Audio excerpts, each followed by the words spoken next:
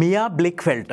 ఈమె డెన్మార్క్ చెందిన ఒక అంతర్జాతీయ బ్యాడ్మింటన్ క్రీడాకారిణి. ఈమె ఇండియాలో ఆడనని, అట్లాగే ఇండియా అనేది ఒక అగ్లియెస్ట్ కంట్రీ, డర్టీయెస్ట్ కంట్రీ అన్నట్టు ఈ మధ్య సోషల్ మీడియాలో వార్తలు తెగ వైరల్ అవుతున్నాయి. దాని మీద చాలామంది తెగరెచ్చిపోతున్నారు. కానీ అసలు ఇది ఎంతవరకు నిజం అనేది ఒక ఫ్యాక్ట్ చెక్ చేస్తే అసలు విషయం బయటపడింది.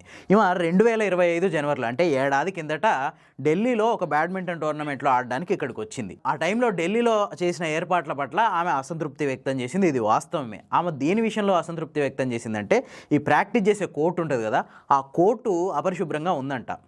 అపరిశుభ్రంగా ఉండడం అంటే పక్షుల రెట్టలు అక్కడ అన్నీ వేసి ఉన్నాయి. అంతేకాదు ఇక్కడ బాగా ఎయిర్ పొల్యూషన్ ఉంది, దీనివల్ల నాకు కొన్ని ఎలర్జీస్ వచ్చినాయి, నేను భవిష్యత్తులో ఇక్కడ ఆడడానికి ఆరోగ్య సమస్యల వల్ల నేను ఆడలేకపోవచ్చు, నేను రాను, అవసరమైతే ఫైన్ అయినా కడతా కానీ ఇక్కడికి రాను, దానివల్ల నాకు ఆరోగ్య సమస్యలు వస్తున్నాయి. ఇది ఆమె చెప్పిన ముచ్చట. దీన్ని కూడా ఆమె అధికారులకు కంప్లైంట్ ఇచ్చింది. వాళ్ళు దాన్ని యాక్సెప్ట్ చేయలేదు. లేదు, మేమంతా క్లీన్గానే ఉంచినాం, మీద ఒక అపోహ అన్నారు.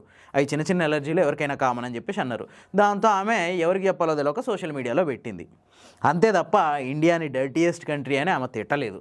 అంతేకాదు ఆ తర్వాత కూడా ఆమె టోర్నమెంట్ అంతా పూర్తిగా ఆడింది. కాకపోతే భవిష్యత్తులో ఇట్లా ఏర్పాట్లు సరిగ్గా చేయకుంటే, ఇట్లాంటి పరిస్థితులే ఉంటే నేను ఇండియాకి రాలేను, నా ఆరోగ్యం ఇంపార్టెంట్ కదా అన్నట్టు ఆమె సోషల్ మీడియాలో పెట్టింది. అంతే తప్ప ఇండియాని డర్టీయెస్ట్ కంట్రీ అని ఇట్టింది, సో మన ఇండియా ఇట్లా దిగజారిపోయిందని రకరకాల వ్యాఖ్యానాలు చేస్తున్నారు. అవన్నీ శుద్ధ తప్పు.